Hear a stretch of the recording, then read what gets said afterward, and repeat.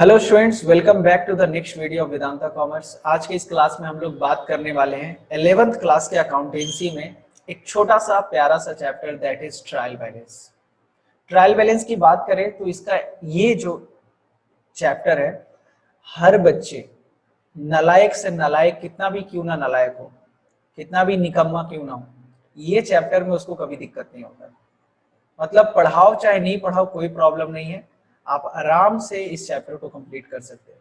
मगर फिर भी हम एक क्लास आपको देंगे और एक क्लास में आपके सारे प्रॉब्लम्स को सॉर्ट आउट करने का कोशिश करेंगे। कुछ पॉइंट्स है जिनको ध्यान में रखना पड़ता है और उस पॉइंट को कवर करके ये चैप्टर को एंड करेंगे। तो आपको याद होगा, हम बताए थे आपको कि जब हम लोग प्रॉपर अकाउंटिंग प्रोसीजर फॉलो करते हैं तो हम लोग सबसे पहले ट्रांजैक्शन को रिकॉर्ड करते हैं, फिर जर्नल एंट्री बनाते हैं, फिर इसको लेजर में कन्वर्ट करते हैं एंड देन उसके बाद ट्रायल बैलेंस बनाते हैं। ठीक है, तो ये ट्रायल बैलेंस बनाने का सिर्फ एक ही पर्पस होता है, ये चेक करना कि आप जर्नल एंट्री जो बनाए हैं वो सही बनाए हैं कि नहीं, और लेजर जो बनाए हैं वो सही बनाए हैं कि नहीं। तो सर जर्नल एंट्री और लेजर बनाने के लिए सही है कि नहीं टीचर से चेक करवा लेंगे। तो बाबू टीचर से अभी आप लोग पढ़ रहे हो तो चलो टीचर से चेक करा लोगे, रियल लाइफ में तो प्रॉब्लम हो जाएगा। तो ट्रायल बैलेंस जो चैप्टर है ये आपको बता देगा कि आपका एरर है या नहीं है, जर्नल एंट्री सही बना है या नहीं, और लेजर पोस्टिंग सही हुआ है कि नहीं। यानी कि ये जो चैप्टर है ना, ट्रायल बैलेंस जो टॉपिक है, ट्रायल बैलेंस जो है ये जादू की छड़ी है जो कि आपको सही जवाब बता देगा कि आपने सही बनाया है कि नहीं बनाया। तो मेन पर्पस जो ट्रायल बैलेंस का होता है वो यही होता है, to check arithmetical accuracy whether the transaction has been recorded in correct manner और नॉट, है ना। कोई किसी भी प्रकार का एरर होगा तो आपको तुरंत पता चल जाएगा कि हाँ भाई कुछ तो मेरे अकाउंटिंग में गड़बड़ी है। ठीक है, तो चलिए फिर शुरू करते हैं और इसको थोड़ा और इनलाइट करते हैं और आपको समझाने का कोशिश करते हैं। देखिए, अगर मान लीजिए आप जर्नल एंट्री बना लिए, ठीक है, जर्नल एंट्री बना लिए, उसके बाद इस जर्नल एंट्री को यूज करके लेजर भी बना लिए, लेजर पोस्टिंग कर लिए। अब इसके ये दोनों के डाटा को यूज करके लेजर के बैलेंस अमाउंट को यूज करके लेजर बनाने आपको आता है, और ट्रायल बैलेंस भी आपको थोड़ा बहुत तो सिखाइए। इस डाटा को यूज करके हम लोग क्या बनाते हैं, ट्रायल बैलेंस। और ट्रायल बैलेंस का जो फॉर्मेट है कुछ इस प्रकार से होता है, इस प्रकार से होता है ना। पहले हम लोग थोड़ा बहुत डिस्कस किए थे, पार्टिकुलर, लेजर फॉल्यू, डेबिट, क्रेडिट। ठीक है, और यहां पर देखो दो साइड दिख रहा है, एक डेबिट साइड और एक क्रेडिट साइड। जितना भी लेजर में बैलेंसेस आते हैं, ठीक है, जितना भी बैलेंसेस होते हैं वो सारे बैलेंस को हम लोग यहाँ पर लिखते चले जाते हैं नाम, जैसे कैश कितना है तो कैश इतना है, बैंक में कितना है तो इतना है, ठीक है, क्रेडिटर कितने का है तो इतना है, कैपिटल कितने का है तो इतना है। ठीक है, ये सारा डाटा अमाउंट के साथ हम लोग यहाँ पे पोस्ट करते चले जाते हैं। ठीक है, और लास्ट में जब सारा हो जाता है तो टोटलिंग करते हैं, और टोटलिंग करने के बाद ये दोनों अमाउंट इक्वल आना चाहिए। अगर यहाँ पर x है तो यहाँ पर भी x होना चाहिए। और debit is equal to credit अगर हो जाता है, यानी कि बच्चा ट्रायल बैलेंस आपका टैली कर गया, मतलब लेजर भी सही बना है और जर्नल एंट्री भी सही बना है। पर अगर एक भी एरर रहा तो debit is not equal to credit हो जाएगा, यानी कि डेबिट और क्रेडिट आपका मैच नहीं करेगा। तो सिंपली ट्रायल बैलेंस में हम लोग डाटा जो फीड करते हैं वो कहां से उठाते हैं, लेजर से उठाते हैं। कहां से, लेजर पोस्टिंग से उठाते हैं। और लेजर कैसे बनता है, जर्नल एंट्री से बनता है। तो ट्रायल बैलेंस बनाने के लिए आपका लेजर और जर्नल बनना जरूरी है। तो चलो जर्नल बना दिए, लेजर बना लिए और ट्रायल बैलेंस भी बना लिए। और ट्रायल बैलेंस जैसे ही देखिए debit is equal to credit है हो गया, आप जो है वो एकदम खुश हो गए। ठीक है, आप जो है बहुत खुश हो गए। क्यों खुश हो गए, कि चलो भाई मेहनत जो है वो रंग लाया। अब क्या करेंगे सर, तो ट्रायल बैलेंस के डाटा को यूज करके अब आप फाइनल अकाउंट बनाएंगे। फाइनल अकाउंट या फिर हम इसको फाइनेंशियल स्टेटमेंट भी बोलते हैं, फाइनेंशियल स्टेटमेंट भी बोलते हैं। फाइनेंशियल स्टेटमेंट क्या करेगा सर, इसमें क्या होता है, तो बाबू इसमें ट्रेडिंग अकाउंट बनाते हैं, प्रॉफिट एंड लॉस अकाउंट बनाते हैं एंड बैलेंस शीट बनाते हैं। ये चीज आपको हम सिखाएंगे 11th क्लास के सबसे लास्ट चैप्टर में, यानी कि हम इसको आपको सिखाएंगे जनवरी के टाइम पे, ठीक है। तो ट्रायल बैलेंस को यूज करके हम क्या बनाते हैं, trading account, profit and loss account and balance sheet. इससे हमको क्या पता चलता है, फाइनेंशियल पोजीशन, और प्रॉफिट एंड लॉस अकाउंट से पता चलता है कि हमारे बिजनेस का प्रॉफिट कितना है और लॉस कितना है। बात क्लियर है? Yes sir. तो ये मेन पर्पस है। अब ये बताओ, थोड़ा सा बात सोचो, अगर तुम ट्रायल बैलेंस बनाए और तुमको पता चल गया कि सब इक्वल है, सब ओके है ना, और तुम खुश भी हो गए, तो भाई ये आपका ट्रेडिंग अकाउंट, P&L अकाउंट और बैलेंस शीट तीनों सही बनेगा, किसी भी तरीके का प्रॉब्लम नहीं होगा। मगर आपका ट्रायल बैलेंस ही गड़बड़ है, ट्रायल बैलेंस ही गलत बना है, तो क्या ये ट्रेडिंग अकाउंट और P&L और बैलेंस शीट सही बनेगा? नहीं बनेगा। तो जर्नल या फिर जर्नल एंट्री और लेजर एंट्री का ही पोस्टिंग गलत किए हो, तो क्या ये ट्रेडिंग और P&L सही बनेगा? नहीं बनेगा, और ना ही आपके बिजनेस का ट्रू प्रॉफिट एंड लॉस पता चलेगा। तो इसलिए कहते हैं ट्रायल बैलेंस जो है ये आपका अर्थमेटिकल एक्यूरेसी बताता है, जिससे आपको पता चलता है कि भैया हम जो अकाउंटिंग किए हैं वो सही जा रहा है कि नहीं, ठीक है। चलिए, अब यहाँ पर बहुत सारा डेफिनेशंस हैं जिसको आपको सामने, जो आपको आपके सामने दिख रहा है, मगर इतना डेफिनेशन आपको देखने का जरूरत नहीं है, ठीक है। कभी कभी ट्रायल बैलेंस आपसे पूछ लेता है डेफिनेशन 1 नंबर में, तो चलो एक बार बता देते हैं। Trial balance is the statement, trial balance कोई अकाउंट नहीं है, ट्रायल बैलेंस ये जो हम बनाते हैं और डेबिट और क्रेडिट लिखते हैं, ये कोई स्टेटमेंट नहीं है, ये कोई स्टेटमेंट है, ये एक स्टेटमेंट है, ना कि अकाउंट है। Prepared with debit and credit balance of ledger account. जब लेजर पढ़ा रहे थे तो ये हम आपको बताए थे कि ट्रायल बैलेंस कैसे बनाते हैं। लेजर में कुछ डेबिट बैलेंस बचता है और कुछ क्रेडिट बैलेंस बचता है, तो वो बैलेंस को यूज करके हम क्या बनाते हैं, ट्रायल बैलेंस बनाते हैं। अभी हम आपको सिखाएंगे भी कि किस तरीके से डाटा यूज करते हैं। To test arithmetical accuracy of books, और बुक्स कहने का मतलब तुम्हारे हाथ में जो बुक रहता है वो बुक नहीं, आप जो अकाउंटिंग करते हैं उसको हम लोग बोलते हैं बुक्स ऑफ अकाउंट्स। तो बुक्स बोले चाहे बुक्स ऑफ अकाउंट्स बोले, बात एक ही है, ठीक है। चलिए अब आगे थोड़ा चर्चा करते हैं, ये सब रहने दो, पढ़ लेना। देखिए फीचर्स की बात करें, it is the list of balance of all the ledger and cash book. Cash book में कितना पैसा बचा हुआ है, लेजर अकाउंट में कितना बचा हुआ है अमाउंट, उसका लिस्ट होता है। अगर ये चीज समझ में नहीं आ रहा है 5 मिनट इंतजार करो, सब क्लियर हो जाएगा, ठीक है। दूसरा क्या कह रहा है, it is just a statement not an account, account नहीं है। It is neither a part of double entry system nor it appear in the actual books of accounts, है ना। आप जब बुक्स ऑफ अकाउंट्स प्रिपेयर करते हैं तो उसमें ये शो करने का जरूरत नहीं होता, आप कहीं पे कोपचे में बना लिए और एक बार चेक कर लिए कि हाँ भाई सही है कि नहीं, ये जस्ट वर्किंग पेपर है। It can be prepared any time during the accounting period, say at the end of the every month, quarter and half yearly. आप ट्रायल बैलेंस कभी भी बना सकते हैं, जैसे लेजर का बैलेंसिंग करो ट्रायल बैलेंस बना लो, लेजर का बैलेंसिंग करो ट्रायल बैलेंस बना लो, कोई दिक्कत नहीं होता है, ठीक है। It is always prepared on a particular date not a particular period. अच्छा, जब भी ये बनता है तो महीने की आखिरी डेट को, मंथ के एंड में, क्वार्टर के एंड में, 6 महीने पे, या फिर 1 साल में, इस तरीके से बनता है। जब मन तब नहीं बना सकते, जैसे 15 अप्रैल को बना लिया, ऐसा नहीं चलता है। जनरली महीने के आखिरी डेट को ही बनाया जाता है, ठीक है। चलो नेक्स्ट क्या कह रहा है, it is always it is prepare to check the arithmetical accuracy of ledger account. Ledger सही बना है कि नहीं, लेजर में सारा अमाउंट सही तरीके से पोस्टिंग हुआ है कि नहीं, इसको चेक करने के लिए बनाया जाता है। If the books are arithmetically accurate, और अगर ट्रायल बैलेंस सही हो गया, debit is equal to credit हो गया, यानी कि लेजर सब कुछ सही बना, तो total of debit balance of trial balance will be equal to total of credit.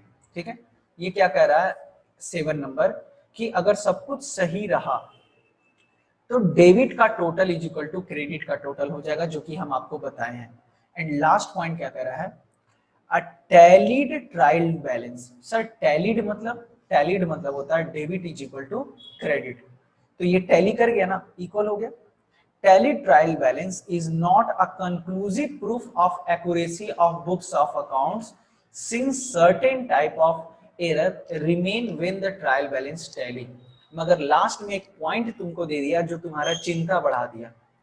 ये कह रहा है कि देखो बाबू, हम कह तो रहे हैं मास्टर साहेब कि debit is equal to credit हो जाए, तो चलो ट्रायल बैलेंस सही है ना, ट्रायल बैलेंस भी सही हो गया और लेजर भी सही हो गया और जर्नल एंट्री भी सही हो गया, मगर ठहर जाओ, थोड़ा रुक जाओ, संभल जाओ, क्योंकि अगर debit is equal to credit है, ठीक है मान रहे हैं, मगर कुछ एरर ऐसे होते हैं जो ना डेबिट को इंपैक्ट करते हैं ना क्रेडिट को इंपैक्ट करते हैं, है ना।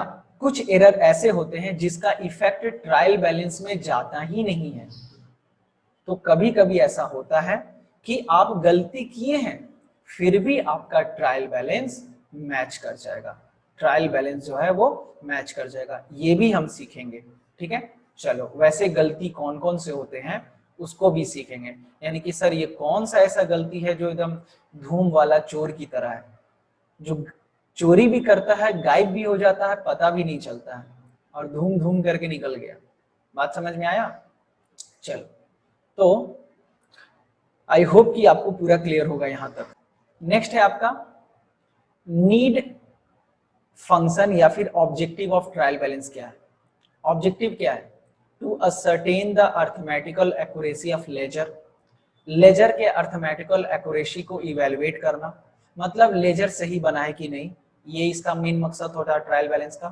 To help locating error, error कहाँ पे है, हालांकि हम आपको बताए हैं अभी कि कुछ एरर जो है आइडेंटिफाई नहीं हो पाते हैं, मगर कहीं ना कहीं 80% चांसेस होता है कि आप एरर को आइडेंटिफाई कर लोगे।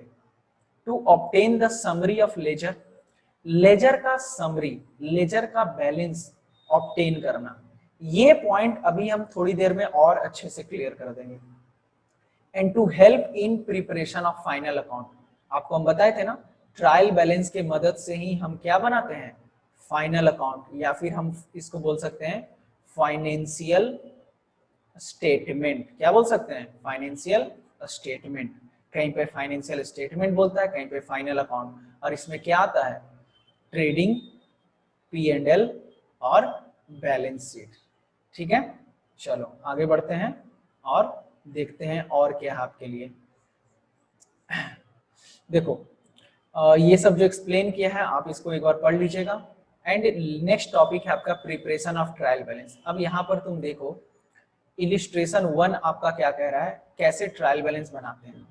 एक एग्जाम्पल आपको दिया है, given below is the cash book and ledger extract from books of Shekhar brothers. Bros नहीं है, क्या बोलते हैं इसको, ब्रदर्स बोलते हैं। तो शेखर जी के दुकान का बुक्स ऑफ अकाउंट्स आपके सामने है, 30 अप्रैल 2015 को इन्होंने बनाया, कैश बुक सबसे पहले तुमको दिख रहा है। अब देखो ये जो डाटा है ना, इससे हमको मतलब नहीं है, हमको मतलब है बैलेंस अमाउंट से, बैलेंस सीडी और बैलेंस बीडी से मतलब है। तो आपको पता है कैश बुक में ये जो बैलेंस अमाउंट कैसे कैलकुलेट होता है, ये आपको बहुत अच्छे से पता है। सबको जोड़े और ये माइनस किए तो ये अमाउंट आ गया कि नहीं? हाँ सर, इतना तो हमको भी पता है, चलिए बहुत अच्छी बात है। अब आपको ये भी पता है कि ये जो बैलेंस अमाउंट है अगर क्रेडिट में है तो उसको ट्रांसफर करते हैं कहाँ, डेबिट में। तो सीडी पहले लिखते हैं, सीडी फिर उसके बाद लिखते हैं बीडी। तो 30 तारीख को ये जो सीडी अमाउंट था अब 1 मई को चला गया बीडी बन के। तो हम लोग जो बीडी का जो अमाउंट है उस पर फोकस रखेंगे, ठीक है। अब इसका क्या मतलब है, थोड़ा ये समझा दीजिए सर। देखो इसका ये मतलब है, चलो एक बार थोड़ा सा इसको स्क्रीन कर दे। देखिए आपको पता है कि ये कैश बैलेंस है और ये बैंक का कॉलम है। तो 55,000 रुपया, 55,500 रुपया डेबिट में शो कर रहा है। इसका मतलब है कि इस दुकानदार के पास, शेखर के पास कितने का कैश बचा हुआ है, 55,500 का बचा हुआ है एक महीना काम करने के बाद, 1 मई को। और 3,80,000 रुपया कहाँ है, बैंक में है। तो ये बैलेंस, लेजर का बैलेंस कहने का क्या मतलब, ये बताता है कि आपके पास कितना पैसा बचा हुआ है और कौन कौन से अकाउंट से रिलेटेड क्या क्या इंफॉर्मेशन है। तो ये तो कैश बुक में आपको सिखाए थे। चलिए आगे बढ़ते हैं। अब देखो कैपिटल अकाउंट आपको दिख रहा है।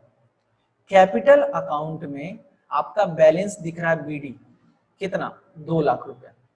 ये सीडी पहले किए और सीडी से ट्रांसफर हुआ, डेबिट से ट्रांसफर हुआ क्रेडिट।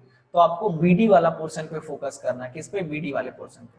तो बीडी कहाँ है, 2 लाख रुपया क्रेडिट साइड में। अच्छा यहां पर बीडी कहाँ था, डेबिट साइड में। यहां पर कहाँ है, क्रेडिट है। तो आपको बस यही करना है कि ट्रायल बैलेंस जब बनाएंगे तो डेबिट एंड क्रेडिट, कैश और बैंक। कैश में कितना पैसा था, 55,500।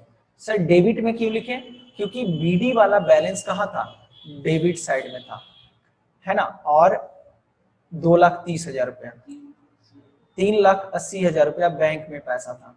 अच्छा कैपिटल अकाउंट की बात करें, कैपिटल अकाउंट की बात करें तो कैपिटल अकाउंट में बीडी का बैलेंस कितना है, 2 लाख रुपया, वो भी कहाँ है, क्रेडिट साइड में। तो लिखेंगे कैपिटल और ये वाला अमाउंट कहाँ जाएगा, क्रेडिट साइड में 2 लाख रुपया। बस यही करना है और इसी को कहते हैं लेजर का बैलेंस। इस अमाउंट को हम क्या बोलेंगे, लेजर का बैलेंस। बात समझे।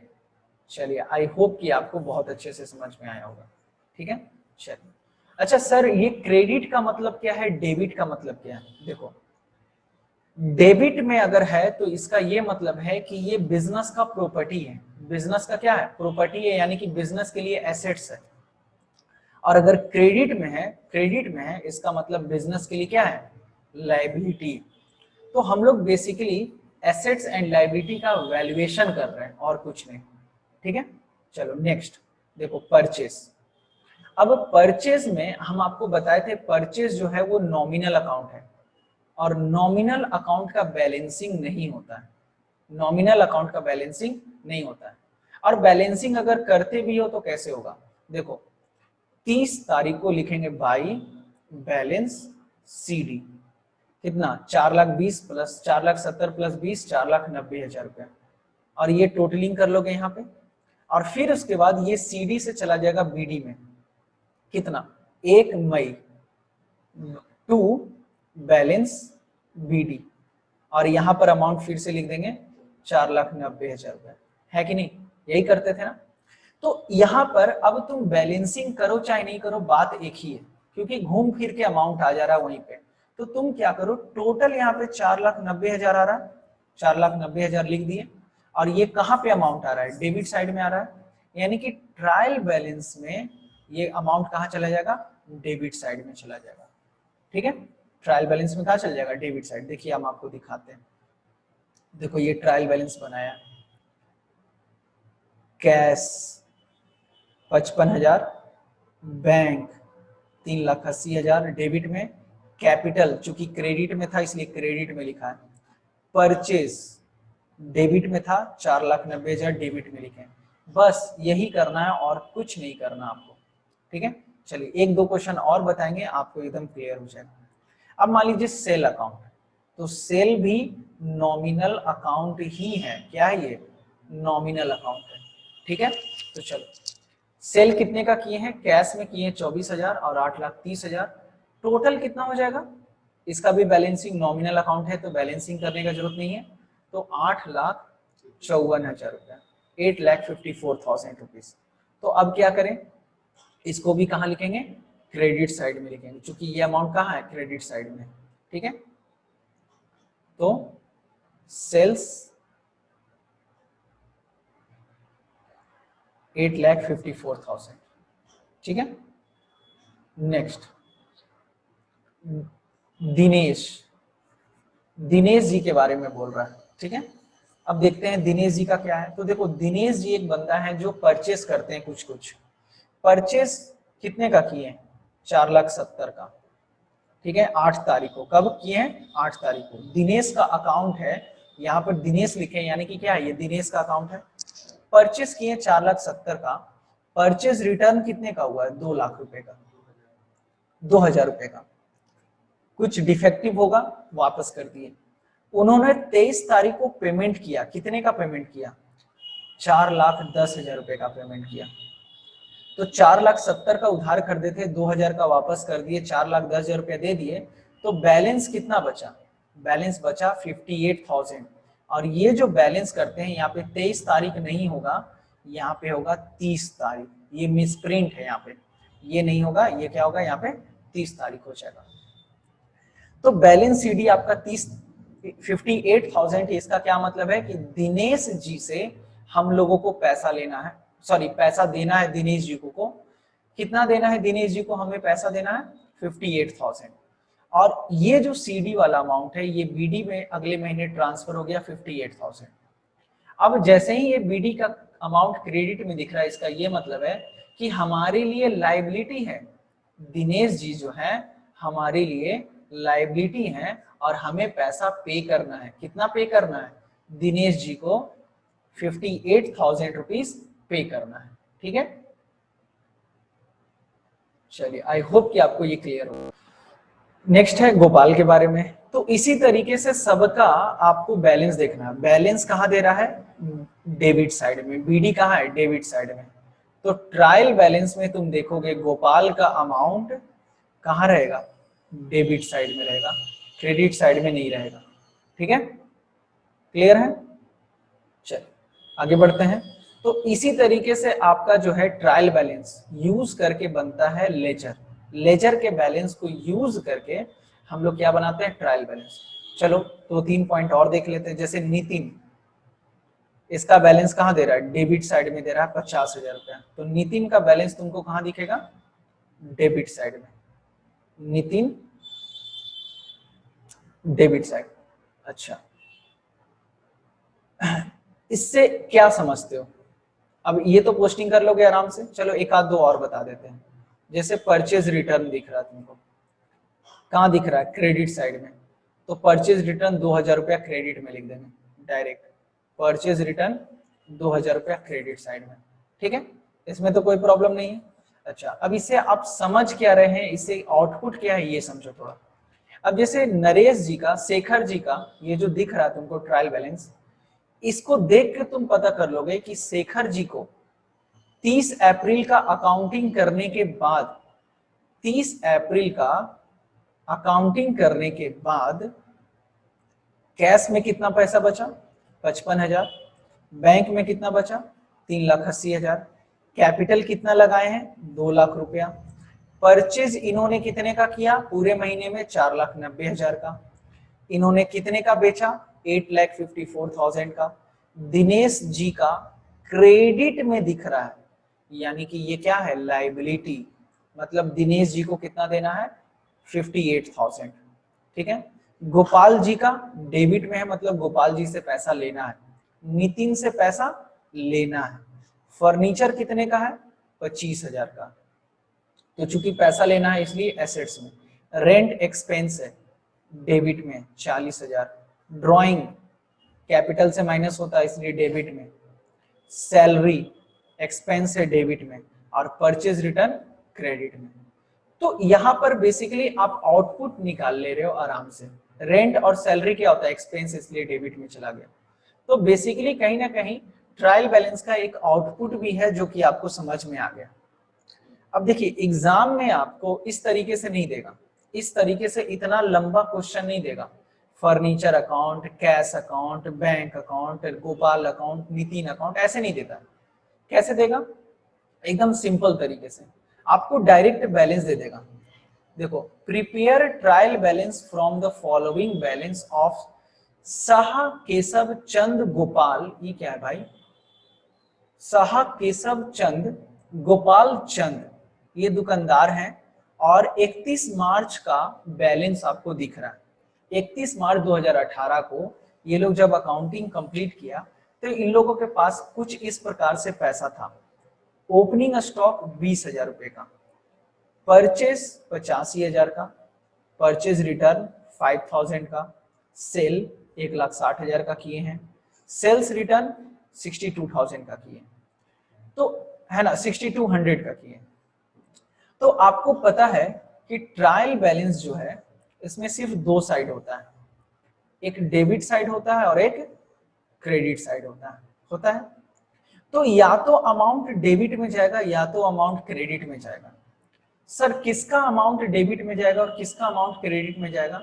तो याद करो 11 क्लास में सबसे पहले हम आपको बताए थे एसेट्स होता है कुछ, है ना, एक्सपेंस होता है कुछ, फिर उसके बाद हम आपको बताए थे लायबिलिटी होता है, कैपिटल होता है और इनकम होता है। तो अगर कोई बैलेंस जैसे कैश, बैंक, ये सब एसेट्स से रिलेटेड है, तो एसेट्स का अमाउंट डेबिट में जाएगा और एक्सपेंस का भी अमाउंट कहां जाएगा? डेबिट में। और लायबिलिटी है तो क्रेडिट में, कैपिटल है तो क्रेडिट में, और इनकम है तो भी कहां जाएगा? क्रेडिट में जाएगा। ठीक है। अच्छा, दूसरा पॉइंट क्या ध्यान में रखना है, आपको पता है परचेस करते हैं तो परचेस कहां जाएगा? परचेस जाएगा डेबिट में। मगर तुमको पता है अगर कुछ चीज डिफेक्टिव निकल गया और उसको वापस कर रहे हैं तो वो हो जाता है परचेज रिटर्न। तो परचेज अगर डेबिट में है तो परचेज रिटर्न कहां जाता है? क्रेडिट में। सेल कहां लिखते हैं? सेल लिखते हैं क्रेडिट में। कहां लिखते हैं? क्रेडिट में। तो सेल्स रिटर्न कहां जाएगा? डेबिट में। ठीक है। उसी के साथ कैपिटल कहां लिखते हैं? कैपिटल लिखते हैं क्रेडिट में। कैपिटल कहां जाएगा? कैपिटल लायबिलिटी है तो क्रेडिट में जाएगा। तो ड्राइंग, अगर कैपिटल से कुछ पैसा निकाले और ड्राइंग अगर है वो, तो वो कहां लिखेंगे? डेबिट में लिखेंगे। उल्टा, ये तीनों पॉइंट आप थोड़ा ध्यान में रखिएगा, ये तीन ध्यान में रखना है और ये पॉइंट आपको ध्यान में रखना है। तो इसका आप स्क्रीनशॉट ले लो और इसको ध्यान में रखना। इसी मूल मंत्र पे तुम्हारा पूरा ट्रायल बैलेंस कंप्लीट। बस ये जो जादू की छड़ी है ये मूल मंत्र है और इसी में आपका ट्रायल बैलेंस जो है वो कंप्लीट हो जाएगा। तो इसको आप स्क्रीनशॉट करके कॉपी में लिख लेना और इसको एक अच्छे जगह सेव कर लेना। चलिए ठीक है सर, आगे बढ़िए थोड़ा। देखो अब बताओ, ओपनिंग स्टॉक है ना, ओपनिंग स्टॉक दे रहा। स्टॉक आपके लिए क्या होता है? एसेट्स होता है। एसेट्स होता है ना, मतलब पता होना चाहिए। ओपनिंग स्टॉक मतलब क्या? पिछले साल से जो बचा हुआ सामान है इस साल आया, इस महीने आया, तो ये आपके लिए एसेट्स है तो डेबिट में जाएगा। परचेज एक्सपेंस है तो डेबिट में जाएगा। परचेज अगर डेबिट में है तो परचेज रिटर्न कहां जाएगा? क्रेडिट में। सेल्स इनकम है, क्रेडिट में जाएगा। सेल्स रिटर्न उल्टा जाएगा, डेबिट में। रेंट एक्सपेंस है, debit. Salary debit. Advertisement expense है, डेबिट। कमीशन रिसीव्ड, कमीशन मिला है, इनकम है तो क्रेडिट। अब देखो डिस्काउंट सीआर, डिस्काउंट को क्रेडिट में लिख ही दिया, तो जब क्रेडिट बोल रहा है तो क्रेडिट में ही लिखेंगे। क्रेडिट बोल रहा है तो क्रेडिट में ही लिखेंगे। फर्नीचर एसेट्स है, debit. Machinery debit, debtor debit. Creditor liability है, क्रेडिट। बिल्स रिसीवेबल एसेट्स है, डेबिट। पेबल पे करना है, लायबिलिटी है, credit. Cash in hand assets होता है, डेबिट। बैंक ओवरड्राफ्ट, बैंक से लोन ले लिए, बैंक से ज्यादा पैसा निकाल लिए तो आपके लिए लायबिलिटी है तो क्रेडिट। मतलब आइटम का मतलब पता होना चाहिए। अब जैसे आइटम एक और तुमको दिख रहा है, वो वाला आइटम का बात नहीं कर रहे, ये वाला आइटम का बात कर रहे। Interest on overdraft, interest on overdraft मतलब सर जो भी ओवरड्राफ्ट लिए हैं उस पे इंटरेस्ट देना पड़ रहा है 1080 रुपया, तो इंटरेस्ट देना आपके लिए एक्सपेंस है तो इसलिए ये कहां जाएगा? डेबिट में।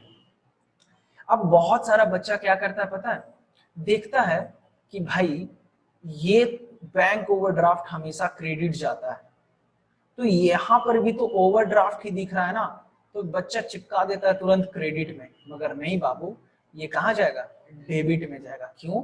क्योंकि एक तरीके का एक्सपेंस है। कैपिटल क्रेडिट, ड्रॉइंग डेबिट, और इनपुट, इनपुट किसके साथ लगता है, परचेज के साथ, और इनपुट हमेशा कहाँ जाता है, डेबिट, और आउटपुट हमेशा कहाँ जाता है, क्रेडिट। बस हो गया। तो देखो यहाँ पर ट्रायल बैलेंस में इस तरीके से ओपनिंग स्टॉक यहाँ पे नाम लिख दिया, डेबिट में जाना चाहिए तो डेबिट में, क्रेडिट में जाना चाहिए तो क्रेडिट में, debit debit debit debit, credit credit credit.